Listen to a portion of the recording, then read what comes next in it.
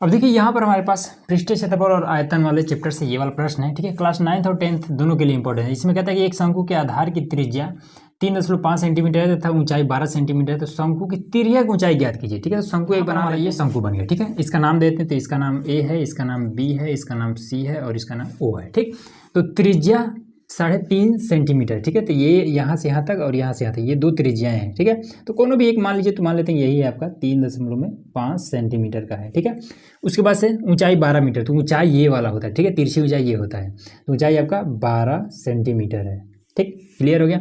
तिरछी ऊंचाई के लिए फॉर्मूला क्या होता है, तो तिरछी ऊंचाई L बराबर में फॉर्मूला हो जाता है आपका R का स्क्वायर प्लस में H का स्क्वायर, ठीक है। तो R कितना हो जाएगा, तो ये हो जाएगा ये 3.5 का स्क्वायर प्लस में, और ये वाला ऊंचाई आपका हो जाएगा 12 का स्क्वायर, ठीक है।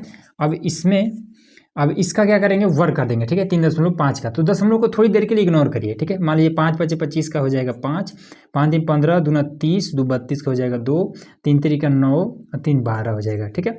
अब यहाँ पर जो दशमलव है, यहाँ पर घात में 2 है ना, तो यहाँ पर 2 अंक के बाद यहाँ पर दशमलव लगा दीजिए, ठीक।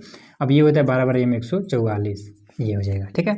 अब इन दोनों को जोड़ देते हैं। दशमलव के पीछे यहाँ पर 25 है, तो ये दशमलव के पीछे ये 2 5 ऐसे लिख लेते हैं। अब आगे वाले को जोड़ देते हैं, तो 2 और 4 ये आपका हो जाएगा 6, फिर 4 और 1 हो जाएगा 5, और ये वाला 1 15, और ये वाला आपका 25 हो जाएगा, ठीक है। 2 5। अब इसको जब हम बाहर निकालेंगे, तो इसको हम निकाल लेते हैं, ठीक है। तो इसको आप ऐसे भी निकाल सकते हैं, तो सिंपल आपको 1 5 6 और ये 25 लिखना है, ठीक है। बटे लगा लेना है, दशमलव जगह पे 1, दशमलव 2 अंक है, तो 2 बार ऐसे 625 का जब अभाज्य गुणनखंड करेंगे तो 125 आ जाएगा, रूट से बाहर आपका 125, और 100 को करेंगे तो 10 आ जाएगा। तो इस तरीके से आपका कितना हो जाएगा, पीछे से एक अंक बाद दशमलव 5 सेंटीमीटर, और यही आपका आंसर आ जाएगा।